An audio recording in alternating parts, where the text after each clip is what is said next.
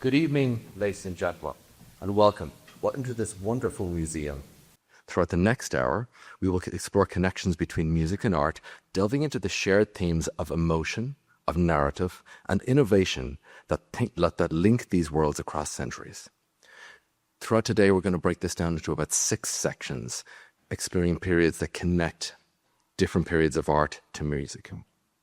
To begin, we stepped into the early 18th century and immersed ourselves in the world of Antonio Vivaldi, one of the most inventive composers of the Baroque period.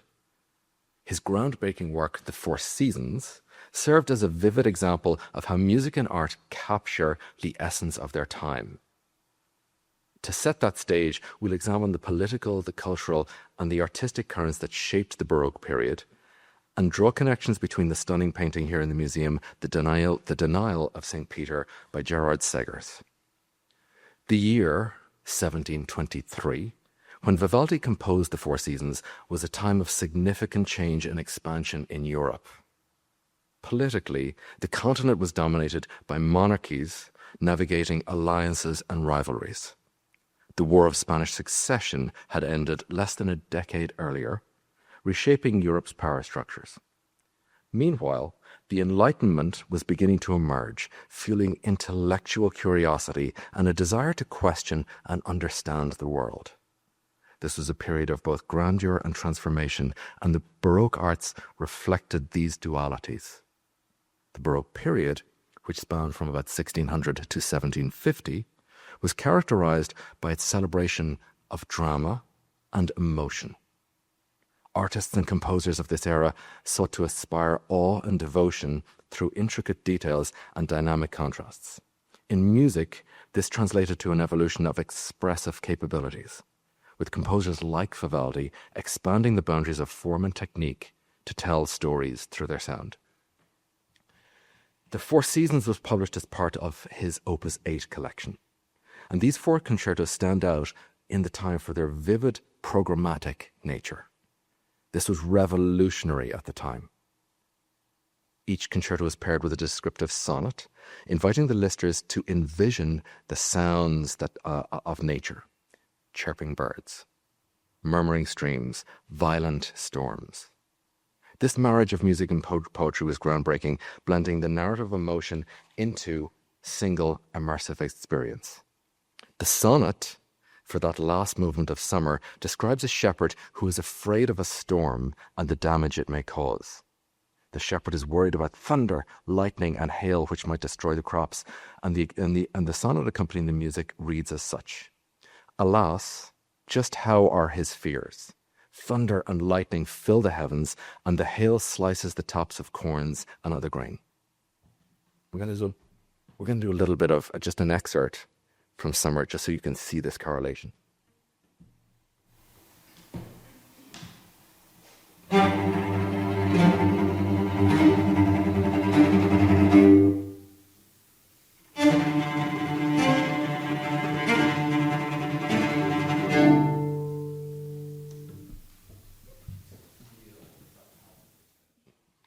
So to understand Vivaldi's artistry, let's look at the painting. The painting depicts the biblical episode where St. Peter denies knowing Jesus 3 times before the rooster crows, as foretold by Christ. Segers illustrates the moment with dramatic chiaroscuro. This is Italian. You'll forgive me as an Irishman who lived in Spain trying to attempt Italian. So just if there's any of that, I'll just let you know. Anyway, moving swiftly onwards. Chiaroscuro. Using candlelight to highlight the expressive faces of figures. This is a technique that was influenced by Caravaggio. The composition captures Peter's anxiety as he gestures defensively, confronted by a servant girl and soldiers who recognize him as a follower of Jesus. If we look closer, we see Segers exploring intense human emotions and dramatic interactions, aligning with his interest in depicting people in moments of crisis. His approach often involved obscuring the light source to heighten the expressiveness and add a spiritual dimension to the scene. The interplay of illumination and darkness heightens that emotional intensity of Peter's internal struggle. Vivaldi's music achieves a similar effect, using dynamic contrasts, as you heard here, intricate melodies and harmonic tension to evoke the drama and nature of the human experience. We're going to do one more little quote from Summer, just again to show you this interplay between drama, tension, and these contrasts.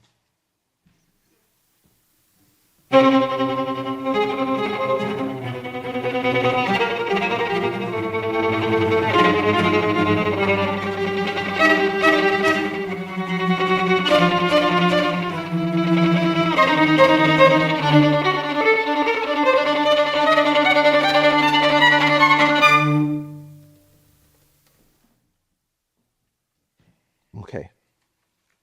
So both the painting and the music embrace that Baroque ethos of blending the visceral with the sublime. In the music we just heard, it depicts the violent summer storm, rapid violent passages mimicking thunder and lightning. Tension and release in the music parallels the emotional intensity of St. Peter, the denial of St. Peter, where Peter's anguish is palpable in the play of shadow and light. Both these works remind us of humanity's, vulnerability in the face of overwhelming forces. I want to select a second piece from the museum here and continue to showing you by Vivaldi's contrasting style. The second movement of Winter, many of you will know this, provides a moment of quiet introspection. Soft dynamics, lyrical melodies evoke the warmth of a fire, shielding us against the bitter cold outside. Unlike the dramatic chiaroscuro of Segers, Getzi creates a carefully orchestrated scene of order and solemnity, where power is not expressed through moment or contrast, but through ritual, precision, and the weight of tradition. The towering architecture, the rigid alignment of the clergy, and the hushed anticipation of the moment, all these elements reinforce the sense of an event suspended in time. The slow movement of winter is almost a study in elegant restraint. Delicate violin melody floating above a sparse, repetitive accompaniment, much like the careful arrangement of the figures in Getsy's painting. There's a sense of stillness, yet quiet intensity, as if something gently is pulsing beneath the surface. In winter, the sonnet that accompanies goes like this: to spend happy and quiet days near the fire, while outside the rain soaks hundreds. Both works remind us that the Baroque was not just about high drama, but also about the power of restraint. So this is Winter from the Four Seasons.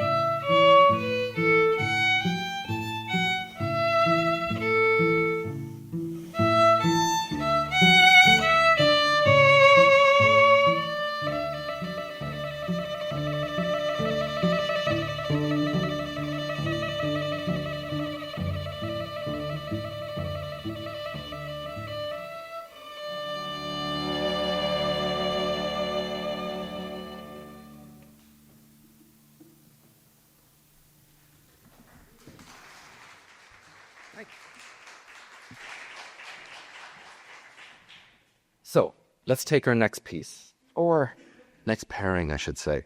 I sort of feel like a sommelier at a five-star restaurant with wine and cheese.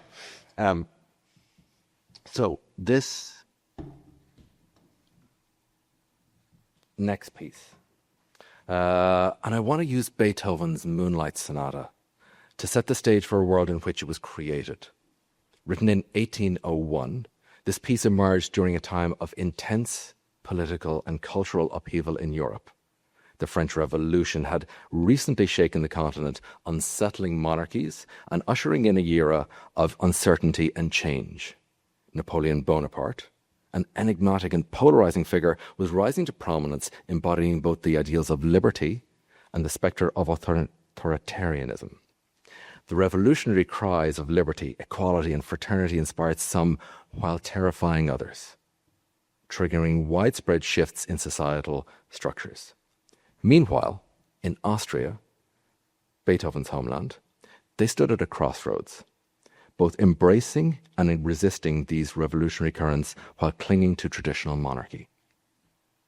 In the arts, the period is marked by a profound transition from the classical to the Romantic era. Beethoven was the bridge from Mozart to Brahms. The rigidity and balance of the classical period, exemplified by Mozart and Haydn and other such composers, began to give way to a deeper exploration of emotion and individuality. Romantic artists and composers sought to evoke the ineffable, profound sorrow, ecstatic joy, and quiet introspection, embracing the idea that the personal could be universal.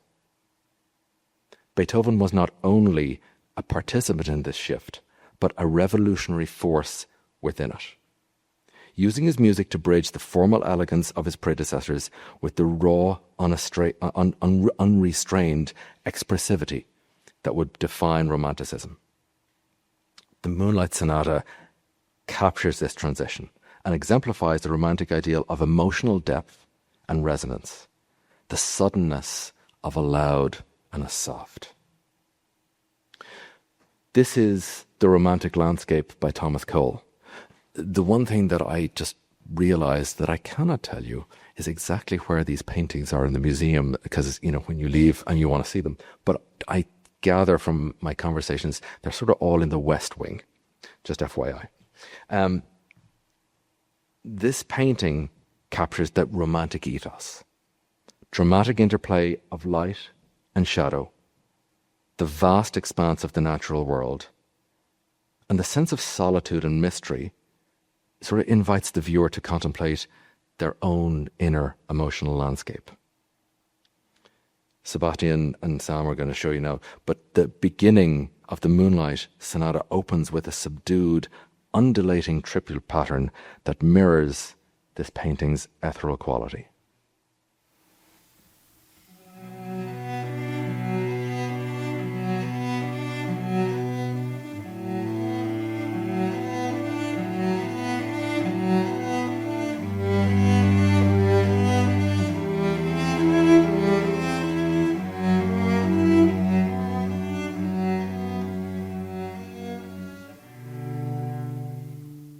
Both evoke a yearning for something beyond the tangible, a longing that resides in the heart of the romantic spirit. If we look at a next piece, this is an incredible piece, the Torah Shield. Exquisite object with its intricate craftsmanship and shimmering surface. It captures an interplay of light that almost feels musical. Its derailed and deliberate design is a testament to devotion and reverence. And when we're playing the Moonlight Sonata, the word that strikes me is the word shimmering. Shimmering with delicate dynamics and harmonic richness, offering moments of profound beauty and reflection. Both the shield and the music draw us to a space of sacred contemplation, and that is a space where we can appreciate the layers of artistry and intention. And the last piece in this era that I want to compare to is Lebrun's portrait of Ivan Ivanovich Shuvalov. That took me a while.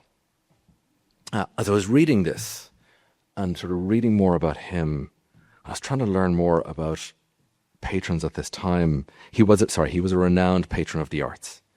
And he's depicted in this air of calm introspection, but I think most portraits at this time have this level of calm introspection.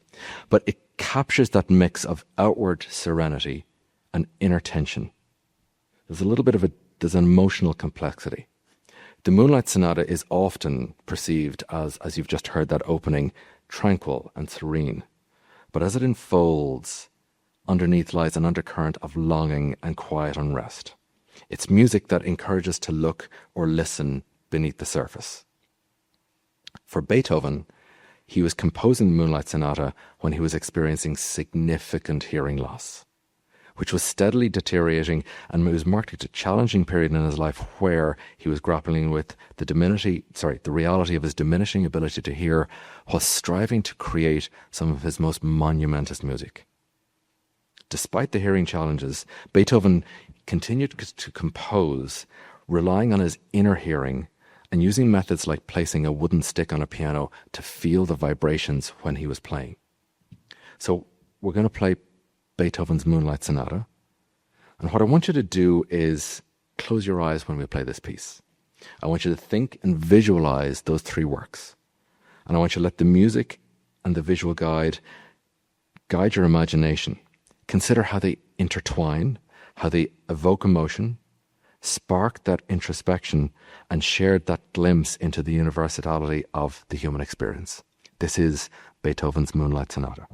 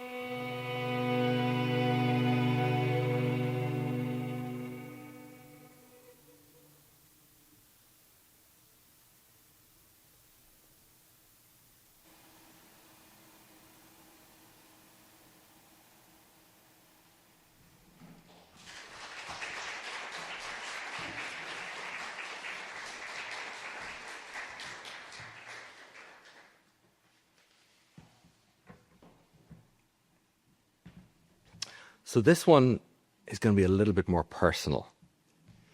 One of the first pieces of music that I recorded was a charming little miniature made famous by the magical transcription of Jascha Heifetz. I remember I was performing in San Diego, in La Jolla, at the Salk Institute. And it was a beautiful summer concert. It was San Diego Symphony. Flew in. I was a soloist. And at the interval of the rehearsal, I met the director. And the director approached me, and he's in turn became such a good friend in the following years. But he gave me one of the posters. And it's always lovely when you see your name on a poster and blah, blah, blah.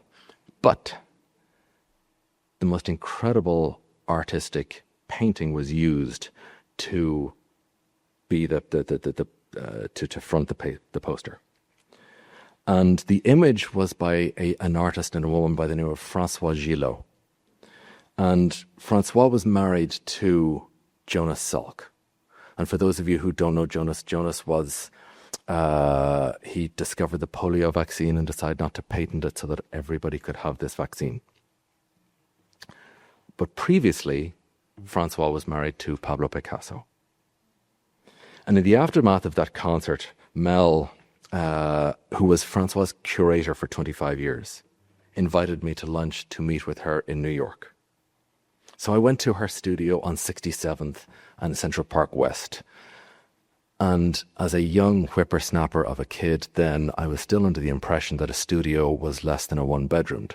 I should have known that it was this studio that I walked in was her painting studio, which was about 3 floors high and just immense. And her canvases were everywhere. And it was some of the most incredible painting up close that I've seen. And this is from somebody who loves art.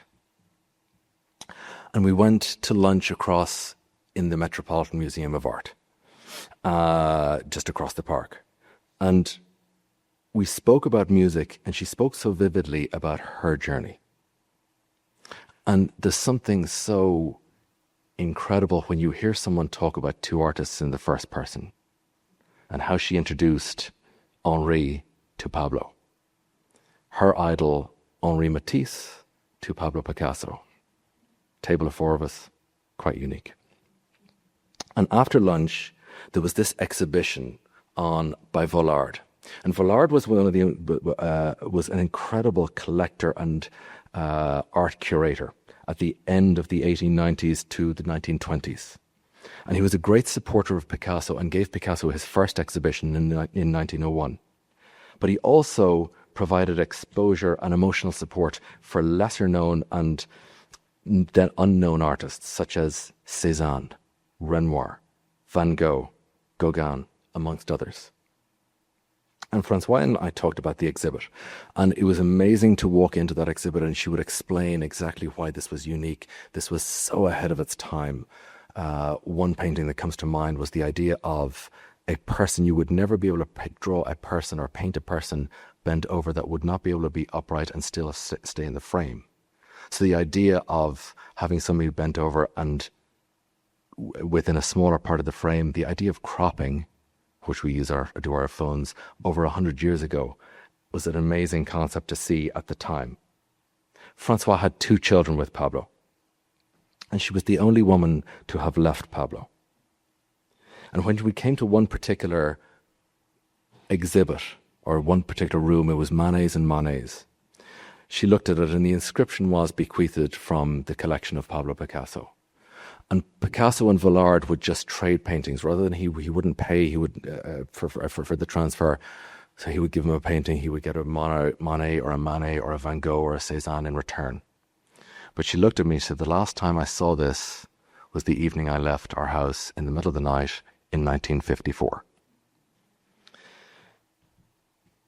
So as we walked through this amazing collection,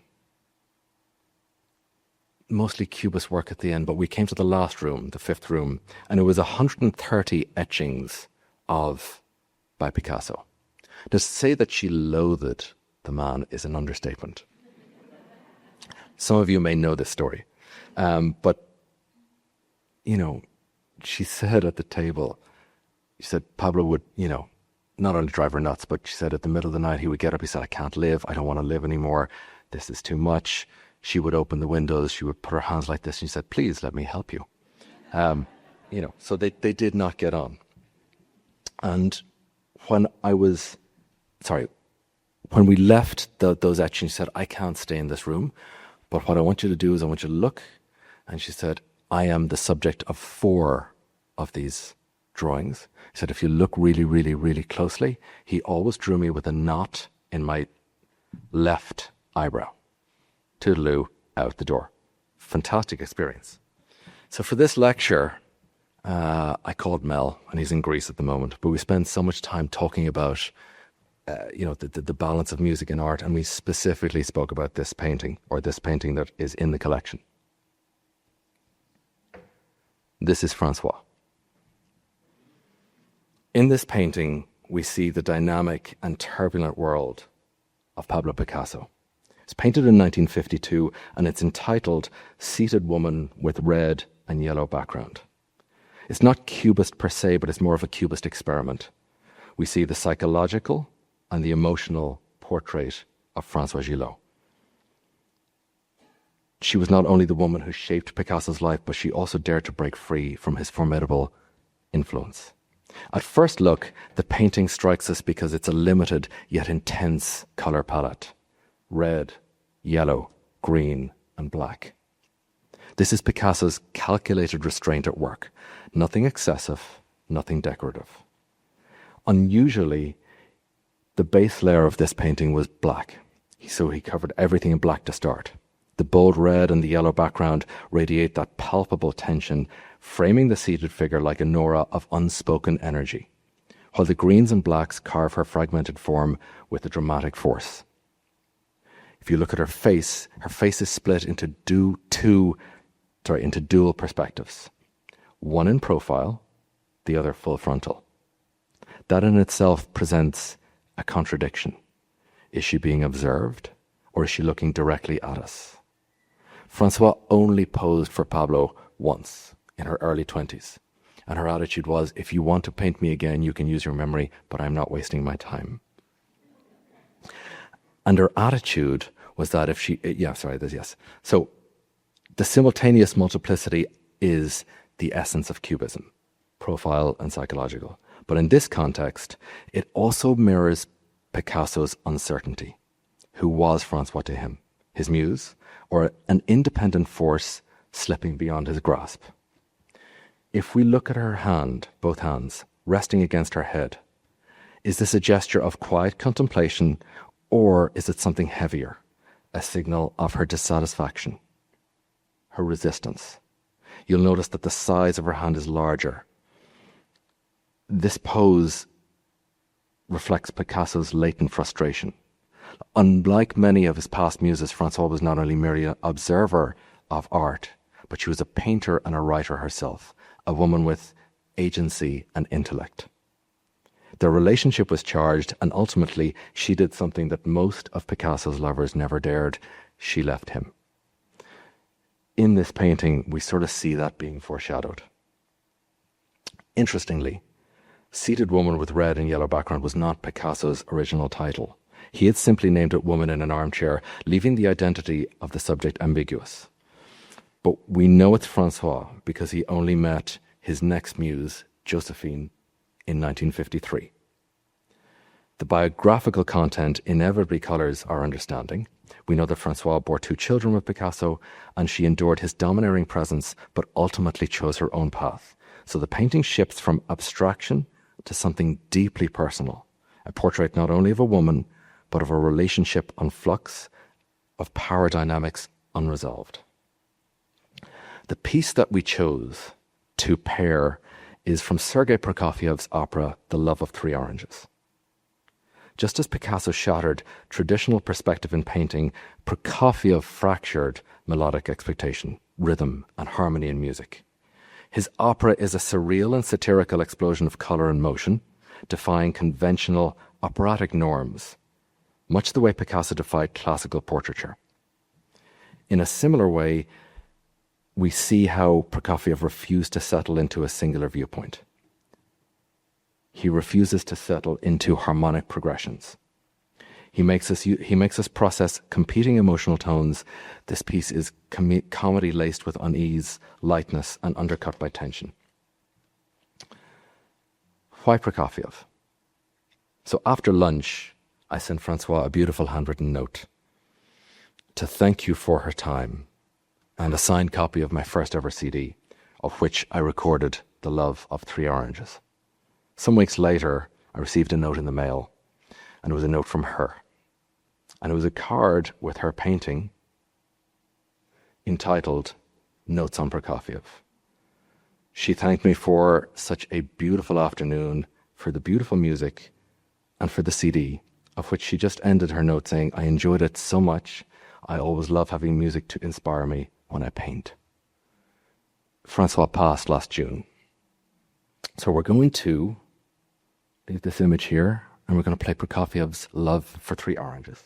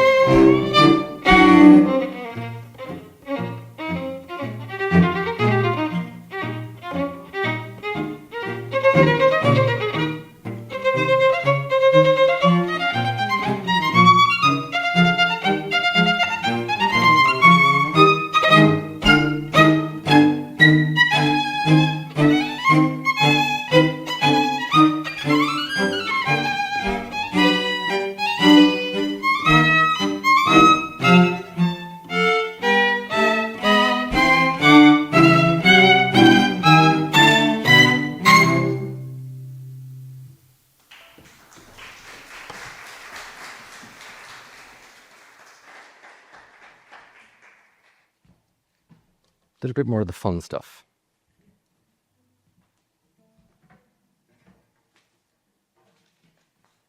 So, the age of Impressionism. Claude Debussy, Claude Monet. No two artists could be so intertwined by the Impressionistic movement. And we're going to take one of Debussy's iconic pieces as choice example of Impressionism. Debussy composed Clair de Lune in 1890. Revisiting it began before its publication in 1905. At the time, Europe was navigating a fragile peace, punctuated by the rise of nationalism and colonial expansion. France, still recovering from the Franco-Prussian War in 1870 and 1871, was undergoing a period of rebuilding and redefinition. The Third Republic sought to project stability and strength while fostering a rich cultural renaissance, re-establishing France as a beacon of the arts. The late 19th century was a time of innovation and transformation. In literature, symbolist poets such as Mallarmé and Verlaine were breaking away from traditional structures, creating work that emphasized suggestion and nuance over explicit meaning. Similarly, in the visual arts, Impressionism and later post-impressionism sought to capture the fleeting moments, the light, the emotion, the diverging from precision and rigidity of earlier academic styles and periods. These movements prioritized sensation, subjectivity, and the ephemeral, breaking the established boundaries to offer a new lens through which to view the world. If you've ever been to Paris, there's one of the most amazing museums called the Musée de Lingerie, and it is where Monet has his water lilies. And when you go up close, you see the detail of the brushwork, and it's so hard to make sense of it up close. And this is a large circular room. But when you stand back about 30 feet and you see this painting that wraps all around the wall, it is the most magnificent visual you can imagine. Debussy's music fits seamlessly into this context, embodying the spirit of innovation that defined the era. Debussy rejected the label of Impressionism, preferring to see music as evocative and free from categorization. What set him apart was his ability to challenge the conventions of Western classical music. He reimagined harmonic progressions.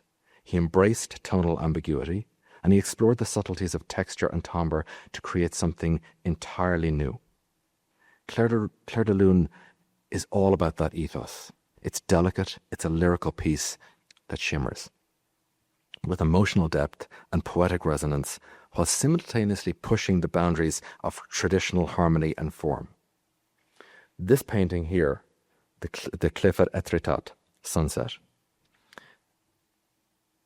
Monet's use of the ambiguity of light and shadow captures the transient beauty of nature, creating a scene that feels alive and ever-changing. His brushstrokes suggest rather than define. You can see it there, leaving space for the viewer's imagination. Debussy's music achieves a similar effect in the fact that he employs rich textures, shifting tonalities, and rhythmic fluidity to invoke beauty and mystery of nature. Monet's art transcends strict realism. Debussy's harmonies dissolve the constraints of traditional tonality, inviting the listener to experience the world of subtle impressions and emotional resonance.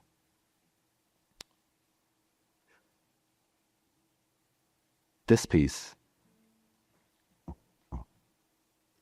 The Portrait of Madame X, Dressed for the Matinee, by Mary Stevenson Cassatt, with its elegant composition and refined detail, captures the mood of sophistication. Her serene expression and poised demeanor suggest an inner world of contemplation and grace. Similarly, Clair de Lune evokes that same tranquil reflection, flowing melodies and gentle dynamics painting a moonlit scene of introspection and beauty. Both the painting and Debussy's music capture that fleeting yet profound moment of stillness that offers solace and identity amidst life's complexities. This is Clair de Lune.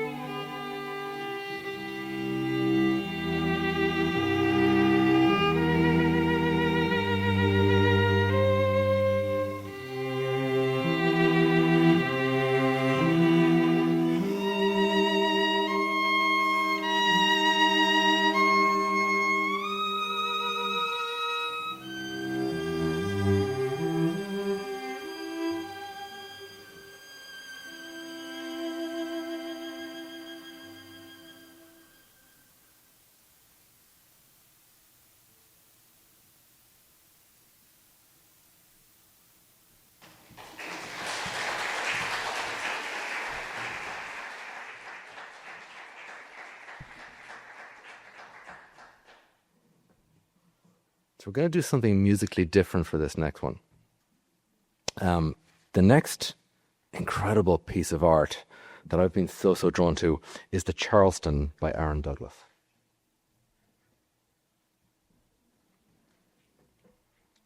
And Maurice Ravel, composed Bolero at the height of his career. I think it was 1928 when it was published, in the aftermath of World War I. And it was a conflict that profoundly shaped Europe and the world. The Great War, 1914 to 1918, left nations devastated and economies in turmoil. Yet the 20s became an era of vibrant cultural renewal.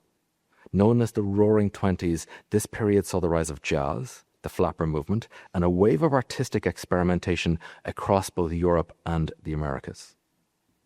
Politically, 1920s were marked by fragile peace. The treaties of Versailles had redrawn national boundaries and imposed harsh reparations on Germany, leading to economic hardship and political instability. Meanwhile, the League of Nations sought to provide further conflict, though cracks in the foundation were already evident. The League of Nations was an international organization established in 1920 in World War I, with the primary goal of maintaining world peace and preventing future world conflicts. It was created as part of the Treaty of Versailles and championed by President Woodrow Wilson, although the United States never ultimately joined due to opposition in Congress. Amidst these tensions, art and music became powerful outlets for exploring new ideas and identities, reflecting both the anxieties and the exuberance of the age. Ravel was a master of impressionistic textures and rhythms. Because of the political landscape, he combined the precision of classical forms with the innovative spirit of modernism. His compositions often drew inspiration from dance, from folk music, and from non-Western traditions, creating that unique style that was both elegant and daring. Bolero is probably the ultimate example of this. A single, undulating, changing melody that builds in intensity over the course of 15 minutes, driven by the relentless rhythm of a snare drum and the dazzling orchestration for 140 musicians on a stage. In case anybody's confused, there's only 3 of us. We'll get to that in a second. But beneath its apparent simplicity lies profound narrative of growth, of tension, and of transformation. If we look at the Charleston by Aaron Douglas, it was also painted in 1928. And the painting highlights the dynamism between jazz music and the Charleston dance. He sought to depict energy, style, and cultural influence of African Americans during this era. It's a celebration of black culture. His use of black, of whites and greys create almost a theatrical, it's almost a cinematic atmosphere, reinforcing the jazz club setting and the pulsating energy of the dance. Culturally, the Charleston was much more than entertainment. It was a symbol of liberation, of youth and rebellion in the Roaring Twenties. By painting it, Douglas underscores how African American cultural innovations shaped this broader American identity. If you look into the painting, at the body shapes, the hands, the postures at the table, and the postures of the players, his use of exaggerated gestures and those dynamic postures, he captures that essence of the Charleston dance, which is characterized by those high-energy kicks, syncopated footworks, and improvisation, just like jazz music. The hands in the forefront clapping for the solos on each performer, the elevated flair of the drummer's left hand, capturing that energy on the canvas. Nightlife was both an escape and a form of artistic and personal expression. He is also capturing with his use of lighting into your eyes and the contrast to the shadows, that sense of depth and excitement, almost as if the viewer is inside the jazz club, watching the dance unfold. Comparing these two works, both of them tell a story through gradual layering of elements that create an emotional arc. Many of you will know Bolero, but I want just Sebastian to start with this percussive rhythm that just starts and just goes all the way through.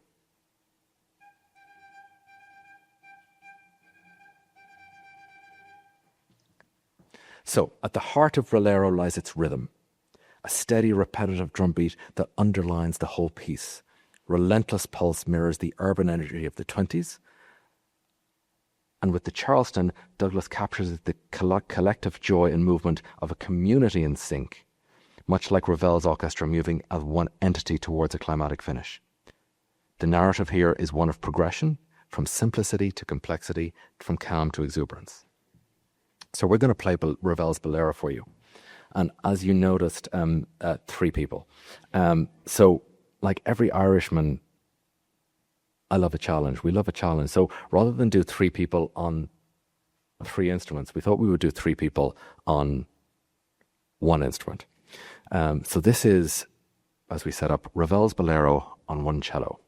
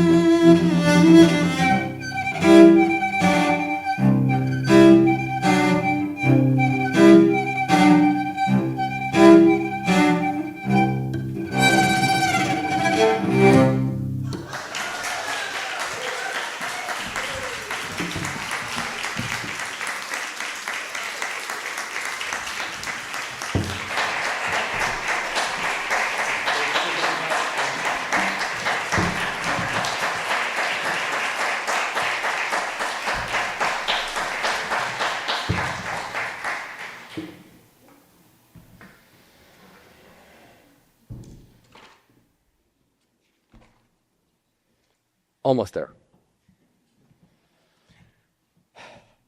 As we come to the close of this afternoon's lecture, first of all, I want to thank Jeffrey, I want to thank Luke for all the amazing work they've done all weekend.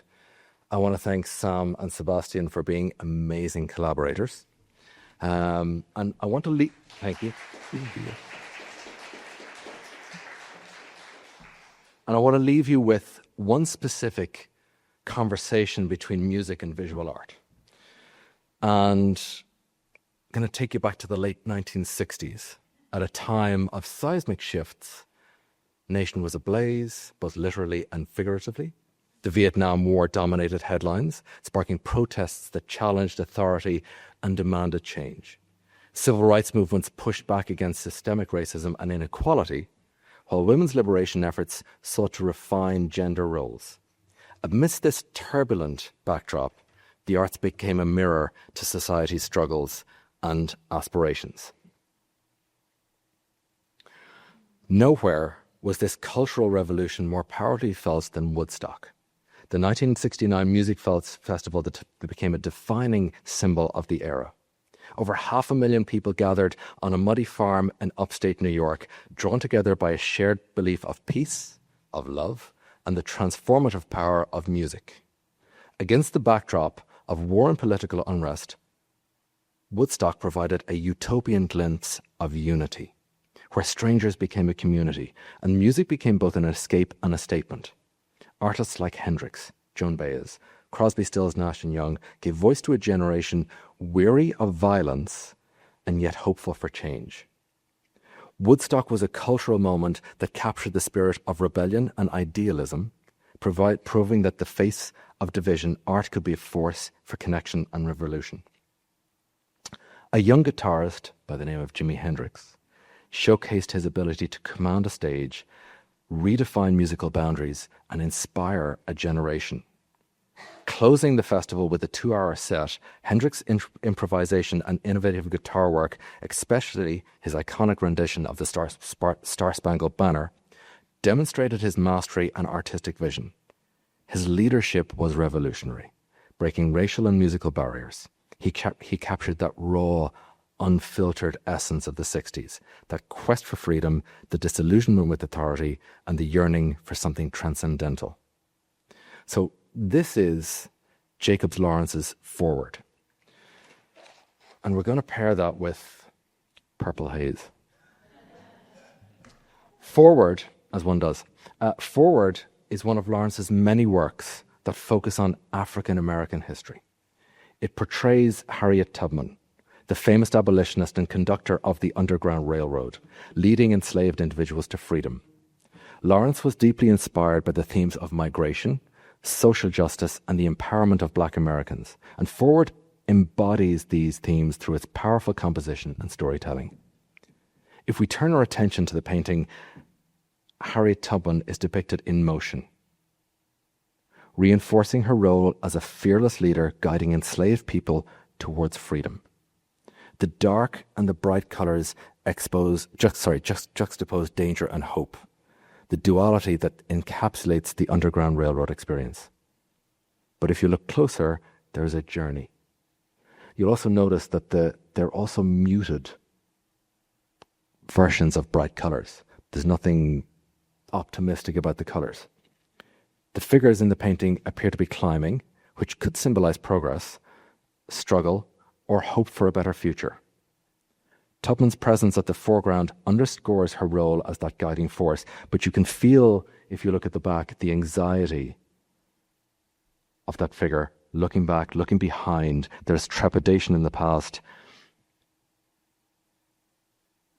The way the figures arrange themselves suggests that there's a collective struggle for unity, showing that freedom was not an individual pursuit, but a communal journey.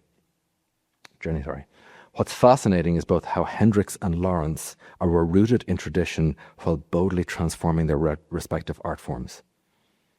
Hendrix's Purple Haze evokes that psychedelic daze, that emotional landscape that bears clarity and confusion, while Lawrence's Forward achieves something similar through its visual intensity, creating a world where struggle and hope coexist.